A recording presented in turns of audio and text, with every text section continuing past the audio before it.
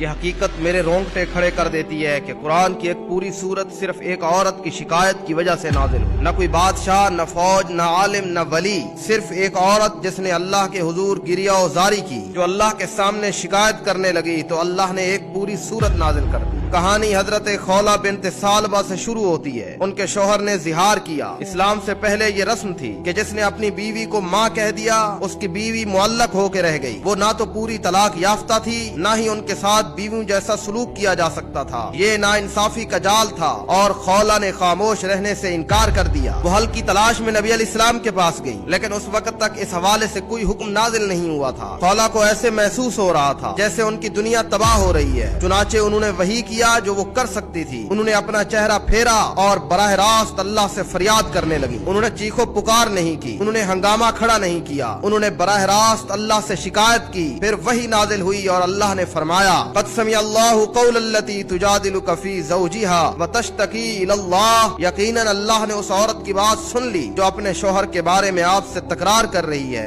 اور اللہ سے فریاد کر رہی ہے۔ حضرت عائشہ رضی اللہ تعالی عنہا اس کمرے میں موجود تھی۔ انہوں نے کہا، میں اس کی تمام باتیں نہیں سن پا رہی تھی۔ اس بارے میں سوچو کہ چند فٹ کے فاصلے پر کھڑی حضرت عائشہ رضی اللہ تعالی عنہا بھی اس کی سرگوشیاں نہیں سن سکیں، لیکن کائنات کے خالق نے 7 آسمانوں کے اوپر اسے سن لیا۔ اللہ نے صرف ان کا مسئلہ حل نہیں کیا بلکہ ان کی آواز کو ہمیشہ کے لیے قرآن میں امر کر دیا۔ سورۃ المجادلہ، اس کا معنی ہوتا ہے بحث کرنے والی عورت۔ یہ ایک الہی یاد دہانی ہے کہ اللہ ہر سرگوشی سنتا ہے۔ وہ الفاظ جو آپ بلند آواز میں کہتے ہیں، وہ دعائیں جو آپ اپنے تکیے میں سسکیاں لیتے ہوئے مانگتے ہیں، وہ درد جس کے لیے ابھی آپ کے پاس الفاظ بھی نہیں ہیں، اللہ ان سب کو سنتا ہے۔ کبھی یہ نہ سوچیں کہ آپ کی دعا بہت چھوٹی ہے یا آپ کے مسائل بہت معمولی ہیں۔ جس رب نے خولہ کے لیے آسمانوں کو تھام لیا، وہی رب آج آپ کی بھی سن رہا ہے۔ آپ کبھی خلا میں نہیں پکار رہے، اللہ سنتا ہے اور ہمیشہ سنتا ہے۔ برسوں گزر گئے، حضرت عمر ابن خطاب رضی اللہ تعالی عنہ نے ایک دن ضعیف خولہ کے لیے پورے قافلے کو روکا، ان کی بات سنی اور انہیں بہت سارا وقت دیا۔ جب لوگوں نے پوچھا کہ آپ نے ایک ضعیف عورت کو اتنا وقت کیوں دیا تو انہوں نے جواب دیا،